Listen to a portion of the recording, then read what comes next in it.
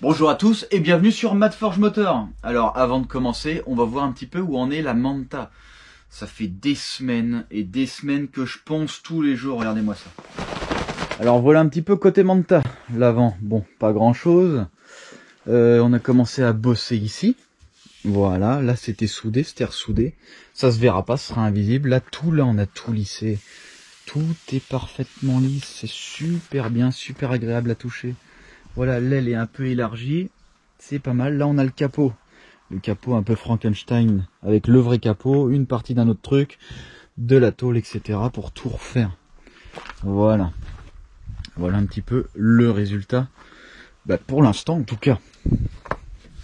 Avec les contours de fenêtre qui sont plutôt pas trop mal. Je pense que cette caisse, une fois terminée, va être vraiment sublime. Alors normalement je devrais pas vous montrer, mais bon, on va dire que je peux pas trop m'empêcher de vous montrer des trucs. Niveau peinture, voilà ce qu'on a. Donc cette peinture, c'est un Dark Titanium de Dodge Challenger 2016 que j'ai remodifié légèrement. J'ai rajouté des pigments or dessus pour faire ressortir un petit peu le côté bronze. Et regardez un peu les ailes. Voilà. C'est vraiment pas trop mal. Alors aujourd'hui, on va répondre à pas mal de vos questions. J'ai déjà répondu par écrit, mais peut-être que certains n'ont pas osé poser les questions et du coup on va revoir. Les revoir aussi oralement sera différent que par écrit. Par écrit, on est très limité. Surtout que je reçois plusieurs messages par jour. J'ai pris les questions les plus, on va dire, importantes. Voilà. Donc on va voir ça tout de suite.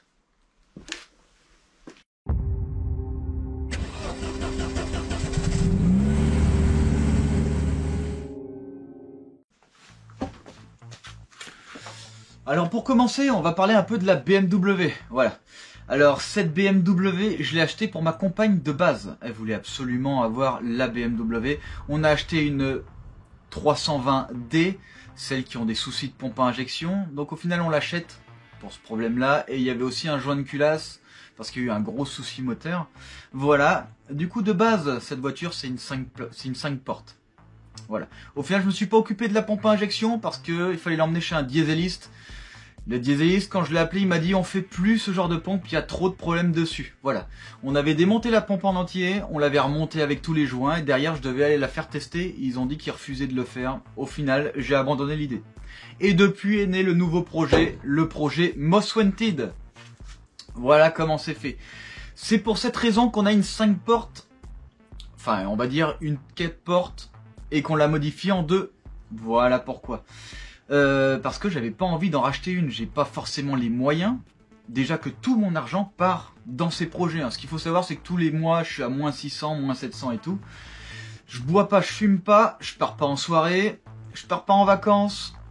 Je me déplace uniquement pour faire les courses. Je prends le minimum que j'ai besoin pour vivre. Parce que au final, la seule chose qui m'intéresse, ce sont les projets. Alors sur cette BMW, un point important qu'on se pose en ce moment, alors du coup il y a plein de suggestions et ça c'est très très bien. Dans les commentaires, sur le moteur. Le moteur, il est en fonction de mon budget. Alors au début quand j'ai commencé ce projet on va dire, le projet Most Wanted, pour ceux qui savent pas, c'est, on va faire une réplique exacte, le plus proche possible en tout cas, du jeu Need for Speed Most Wanted, aussi bien en apparence qu'au niveau performance. Pour ça, il va falloir alléger complètement la voiture. Donc pour l'alléger, il n'y a pas... Si, il y a 36 solutions. Mais nous, on va mouler complet la coque. On va la ressortir en fibre complète. On dégage le châssis complet. Et on en refait un sur mesure. Voilà. Ensuite, on va mettre un moteur pour l'instant non déterminé. Je vais en parler tout de suite après. Non déterminé, il va nous falloir du 1200 chevaux, ce qui serait bien. En dessous d'une tonne et du 4 roues motrices. Je veux qu'on puisse l'utiliser sur piste. Parce que si je la mets propulsion avec des pneus de 325 à l'arrière, sur piste, ça va être hyper nul. On pourra rien faire, ce sera juste une voiture de drague. Pour le moteur que je suis toujours pas décidé, j'avais dit au début que je voulais un 2JZ, mon moteur préféré. Mais, évidemment, j'ai pas le budget. Clairement, en tout cas pour l'instant. Ensuite, on est parti sur un M62 B44 V8 BMW. Au début, j'annonce ça parce que je trouvais que c'était un moteur pas très cher. On trouvait des bielles forgées, on trouvait des pistons forgés. Derrière ça, il n'y a pas un seul mec qui a sorti plus de 800 chevaux à ce moteur. C'est normal, le Villebrequin, à mon avis, il doit décéder au bout de quelques temps. J'ai pas trouvé non plus de coussinet de bielle renforcé, trimétal. Peut-être que j'ai mal cherché. Ce moteur-là, il m'a fait peur. Je pense que je l'aurais défoncé en 10 secondes. Clairement, entre 800 chevaux et 1200 chevaux, il y a quand même une marge énorme. Donc j'ai pas pris le risque. Donc celui-là, je l'ai abandonné d'office. Je suis parti sur un M50 B25 parce que c'était mon budget. Mon budget, ça pouvait aller, c'était correspondant. Je pouvais avoir les 1000 chevaux, ça s'est déjà vu. Les 1200 chevaux, je sais pas si ça s'est déjà vu, mais je pense que c'est possible de le faire. Je leur ai emmené ce qu'il fallait jusqu'au bout. Ce moteur, je le choisissais pas parce que j'avais envie de le prendre. Je le choisissais parce que j'ai pas le budget. Ce qu'il y a, c'est qu'en fonction de vous, le budget peut évoluer. En fonction de votre présence. Plus vous êtes, plus on va pouvoir lui mettre un moteur dedans. Un bon moteur. J'ai parlé avec un autre abonné, il m'a conseillé un autre moteur, un V8. C'est pas du BMW, c'est une autre marque. Alors ce qu'il faut savoir, un truc important. Mes projets, c'est moi qui dois décider, si vous voulez, ce que je fais dessus. Quand je vous demande des conseils, c'est parce que derrière, je ne sais pas certaines choses, ou derrière, ce sont des choses que je considère importantes, que j'ai besoin de vous demander. Je sais pas, moi par exemple, qu'est-ce qu'il existe comme style de moteur sur BMW qui pourrait être bien. Il y a le S50 B32 qui coûte 10 000 balles, il y a le S65 qui coûte, c'est même pas la peine, etc. etc. Le problème, c'est que cette bagnole, ok c'est BMW, mais l'objectif c'est 1200 chevaux. Vous voyez ce que je veux dire? L'objectif c'est 1200 chevaux 4 roues motrices. Déjà, le pont avant et le pont arrière, ce sera pas BMW. La boîte de transfert, ce sera pas BMW. La boîte de vitesse, ça pourrait être de BMW. Le moteur, ça pourrait ne pas être BMW. Ça, c'est une chose importante que vous devez comprendre. Ce véhicule a un but précis. Son but, c'est 1200 chevaux pour moins d'1 tonne. Ce but est très difficile à atteindre. Je sais pas si j'y arriverai, mais j'espère. Et pour y arriver, je vais pas m'embêter à prendre telle marque. Mes véhicules ne sont pas faits en fonction de telle marque. J'ai beaucoup d'Opel, mais parce que j'ai apprécié leur moteur. J'ai pris BMW parce que ma compagne a apprécié cette voiture. Et derrière, moi, j'adorais le jeu Need for Speed Most Wanted. Mais derrière, tout ce qui est pièces mécaniques, je vais pas prendre BMW, je pense pas, parce que déjà, j'aime pas trop les distributions par chaîne. Ça, je crois que j'en ai déjà parlé. Mais distribution par chaîne, j'aime pas. C'est une chose que j'aime pas trop. Voilà. Il y en a qui adorent ça parce qu'il n'y a rien à faire.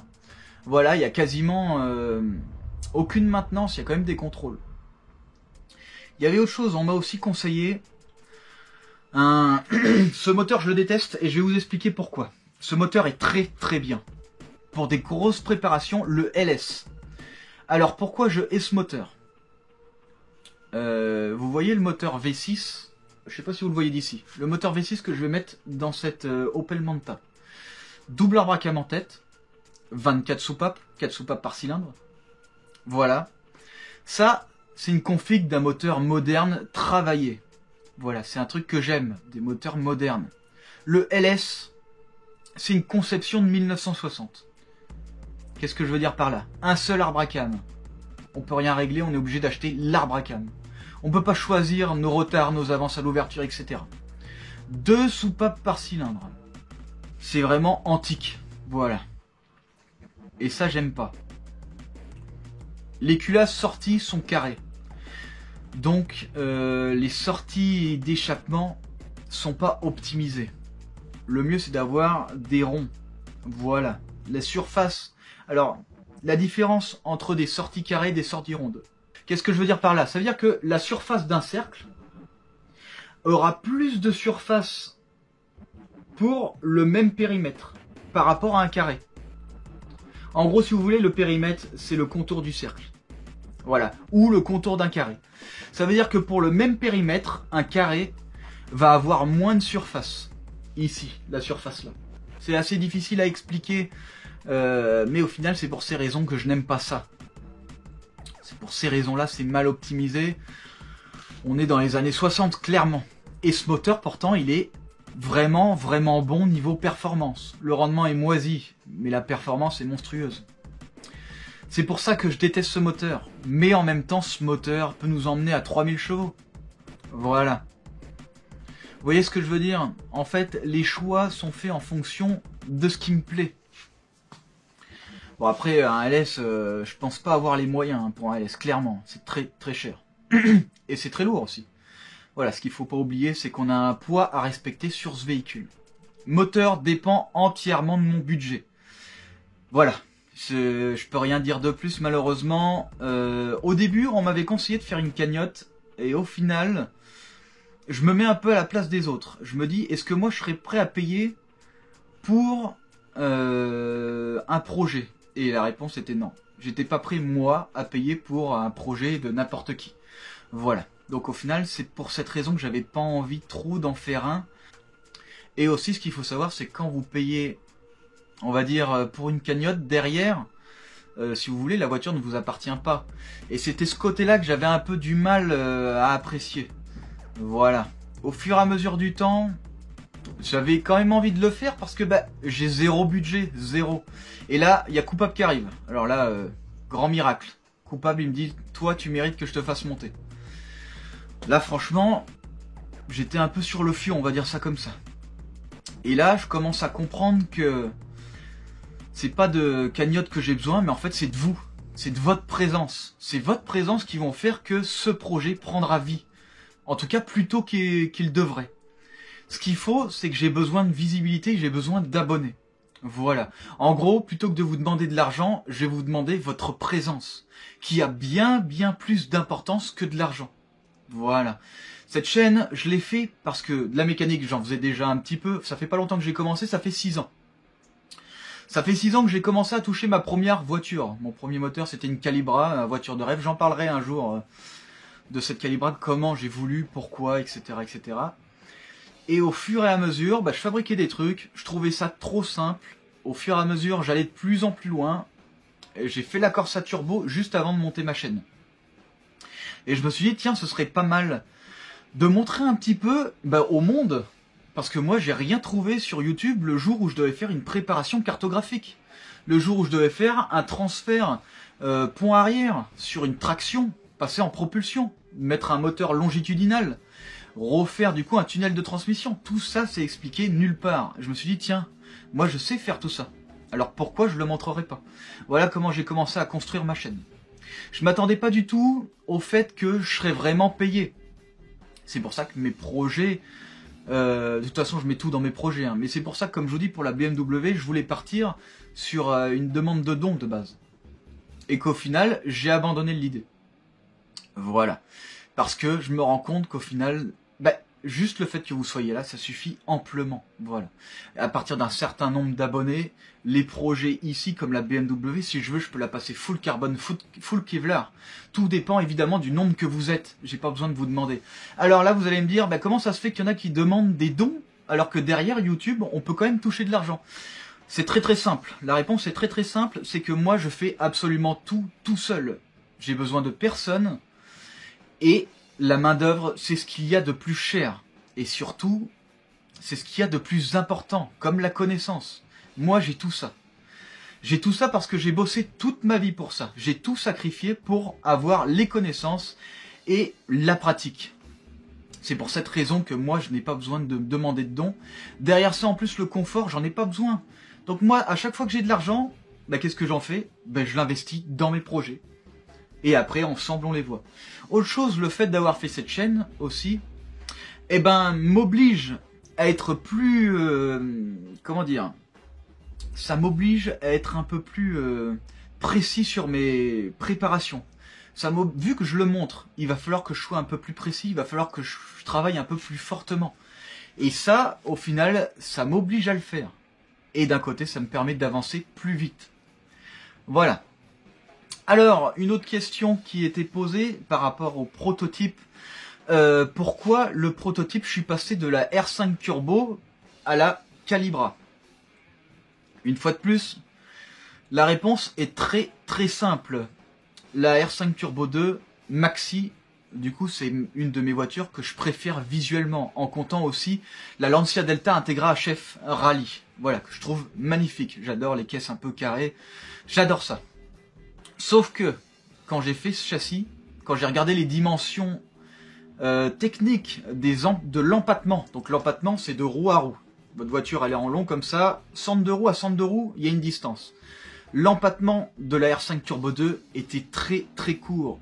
Le problème, c'est qu'avec une voiture comme ça, quand tu chasses de l'arrière, c'est très difficile de contrebraquer pour reprendre la direction, pour reprendre sa voiture, pour la récupérer. La tenue de route n'est pas exceptionnelle. En plus de ça, la voie avant et la voie arrière est différente et ça, c'est pas bon.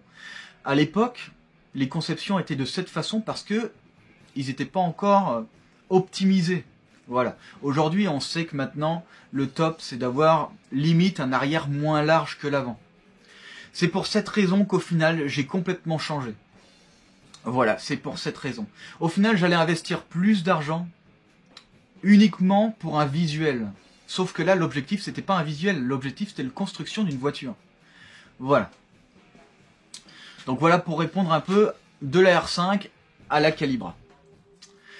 Le châssis de cette Calibra est soudé. Il est soudé au fil fourré parce que je n'ai pas les moyens de me payer un contrat Air Liquide. Sur la BMW, je prendrai le contrat Air Liquide. Voilà, quitte à perdre un peu d'argent, je prendrai le contrat Air Liquide pour pouvoir souder au TIG, que j'ai déjà investi dedans, j'ai déjà un TIG, et j'ai déjà un MIG à gaz. Donc ça c'est bon. Alors le châssis, il y en a qui me posaient la question, est-ce que c'est fragile, est-ce que c'est bien, est-ce que machin? Le fil fourré c'est presque aussi bien que le MIG standard, au gaz. La seule différence, enfin la plus grosse différence, c'est surtout l'état. L'état visuel du fil fourré, c'est horriblement moche, clairement. En plus de ça, le fil fourré, tu prends du 0,9, il n'y a pas trop beaucoup de choix de taille. Donc derrière, tu es obligé de souder avec ce diamètre. Et quand tu soudes de la tôle fine, comme on a fait sur la Manta, tout a été soudé au fil fourré. Et ben au final, la tôle se déforme quand elle est trop fine. Voilà, ou quand c'est trop épais, il faut envoyer énormément de fils, plusieurs fois. Ce sont des soucis. Alors, niveau résistance, c'est très simple. Ce que j'ai fait une fois, je ne le savais pas. Hein. Ce que j'ai fait une fois, c'est que j'ai soudé une plaque. Une plaque bout à bout comme ça, avec le fil fourré, en 2 mm. J'ai pris mon fourré, j'ai voulu percer un trou. J'avais un fourré pourtant de bonne qualité, hein. 5% cobalt avec recouvrement titane. Donc c'est de la bonne qualité. Ce fourré, impossible de percer dans le fil fourré. Ça perce la matière à côté, mais dès que je passe là où il y a le fil fourré, ça perce pas. Je pense que le fil fourré a quand même une grosse résistance, on va dire mécanique. Voilà. Donc c'est quand même de la bonne qualité si vous vous posez la question. Très important. Derrière ce châssis, pour assurer la rigidité, j'ai tout ressoudé à l'arc derrière. Si vous vous posiez la question, j'ai tout ressoudé à l'arc 2 fois. Toutes mes soudures ont été enrobées 2 fois par l'arc. Alors, c'est bien et pas bien à la fois, parce que des soudures trop épaisses fragilisent le reste de la matière. Donc au final, ça sont des choses au fur et à mesure du temps qu'on apprend. Je ne peux pas tout savoir d'un coup, je suis là pour évoluer. Tous mes projets sont des excuses d'évolution. Voilà, je me sers de ce projet pour évoluer en carrosserie, celui-là je m'en sers pour évoluer en technique, surtout en motorisation et en cartographie, etc. etc. J'évolue constamment avec les projets. Autre chose sur ce projet, on m'a posé une question, je crois qu'il n'y a qu'une seule personne qui m'a posé cette question et je la trouvais très intéressante. Cette voiture, je l'ai passée en 3 portes. J'ai dû découper les anciens emplacements de poignées et remettre une plaque d'acier dessus en la soudant. Et il y a un gars qui m'a demandé pourquoi tu t'es emmerdé à faire ça, pourquoi t'as pas mis une plaque derrière en plexi ou n'importe que t'as collé et après tu mets ton mastic. La réponse est très simple, c'est qu'en fait quand on ponce, il faut appuyer sur la matière.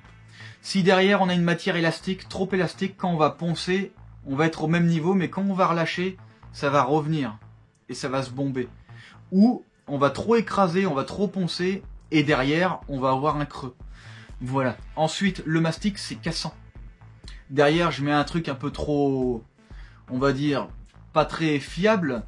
J'appuie un peu, cac, ça casse, je suis foutu. Terminé. Voilà. Donc c'est pour ça qu'en fait je fais comme si c'était une réparation de voiture. Alors en ce moment, je sais que l'essence c'est pas très rigolo pour tout le monde. J'ai fait une vidéo pour passer à l'E85. Ce qu'il y a, c'est que cette vidéo, elle est surtout faite pour ceux qui ont un système d'injection avec une rampe à injection qui a un aller et un retour. Si on est en carburateur, il faut augmenter la taille du gicleur. C'est le gicleur, du coup, il faut l'augmenter de 40%. Si jamais on est en rampe à injection, comment dire, sans retour. Donc ça veut dire qu'en fait, vous avez un régulateur, c'est pris dans votre réservoir, votre régulateur régule la pression, mais il envoie qu'un seul circuit vers votre rampe. Votre régulateur est à cet endroit alors que votre rampe est tout devant. Ça se peut que votre régulateur soit dans le réservoir. Là, c'est extrêmement compliqué. Chaque cas est complètement indépendant. Voilà. Donc, pour répondre à la question de l'E85, tout dépend de votre configuration moteur, mais l'E85 est adaptable sur tous les essences. Moi, la Manta, depuis que je l'ai, je roule à l'E85. J'ai mis un régulateur de pression. Alors moi, j'ai utilisé un indicateur air carburant. Cet indicateur air carburant me donne instantanément, en instant T, ma valeur de richesse. Et ma valeur de richesse, du coup, je peux la régler. Ce moteur est très très vieux. Ce moteur, c'est simple, elle est de 85. Vous voyez, ce moteur, il a quand même pas mal d'âge. Pourtant, il roulait tous les jours à l'E85. Voilà, avec des injecteurs d'origine. Et oui, donc au final, même les vieilles voitures peuvent supporter l'E85. Les durites, j'ai pas eu spécialement de problème de durite. Après, j'ai roulé que 2 ans. Peut-être qu'avec le temps, ça se dégrade. Mais voilà. Une autre question assez importante et intéressante. On me demande des fois le choix du turbo à utiliser.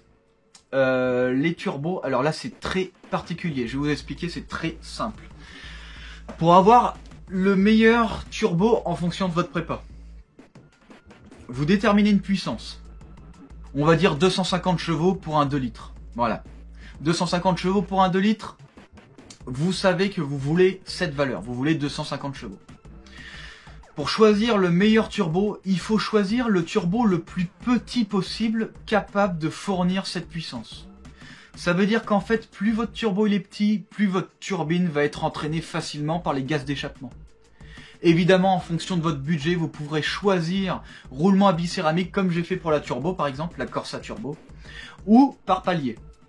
Voilà, les standards, les moteurs standards de voitures d'origine, en général, c'est par palier. Les roulements à billes céramique, c'est pour des véhicules, on va dire, compétition. Voilà.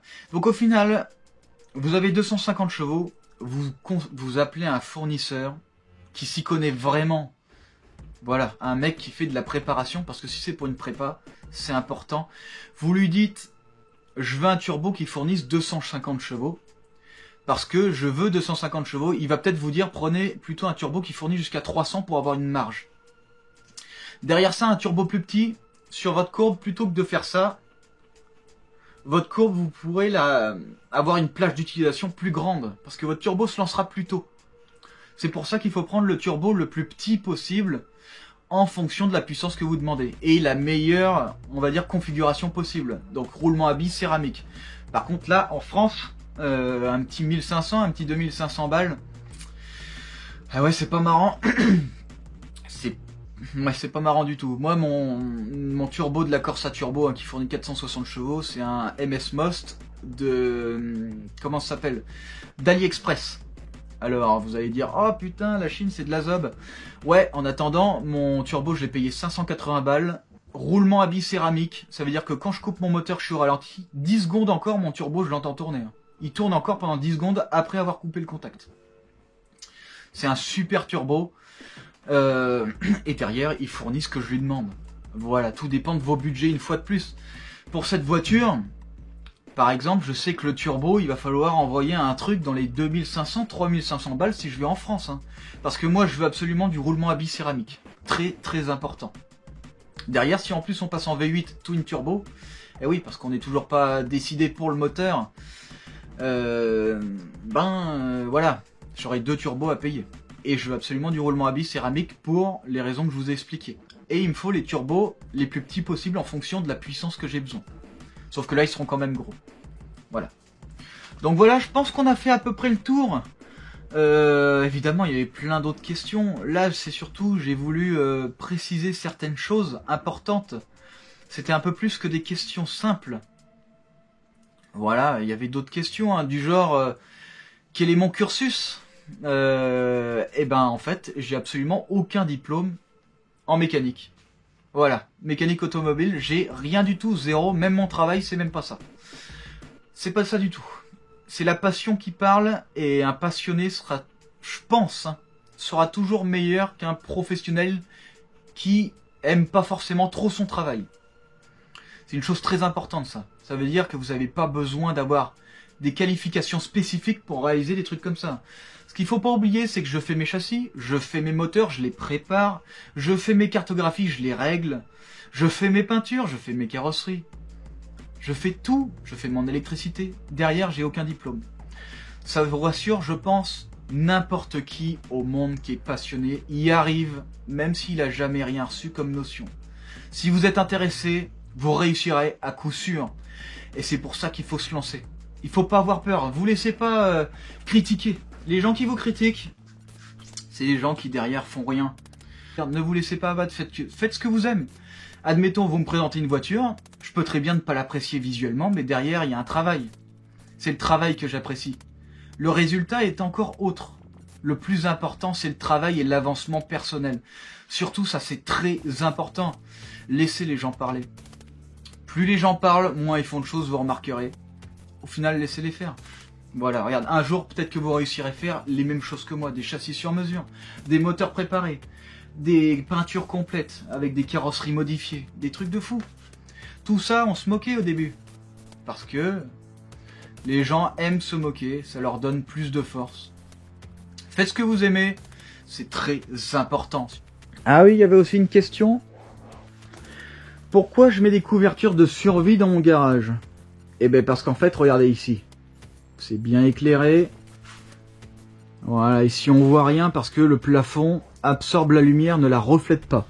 Ici, ça fait effet miroir, du coup toute la lumière est reflétée, tout est clair. Je vois parfaitement dans mon garage. Ça, c'est très important. Et c'est pour cette raison que mon garage ressemble à un garage de clochard. Voilà. Il faudrait que je fasse une peinture complète, mais tout le budget part là-dedans, là-dedans et là-dedans. Sur ça, je vous laisse. Merci encore d'avoir regardé. Et si vous n'êtes pas abonné, j'ai besoin de vous. Venez sur Matt Forge Motor.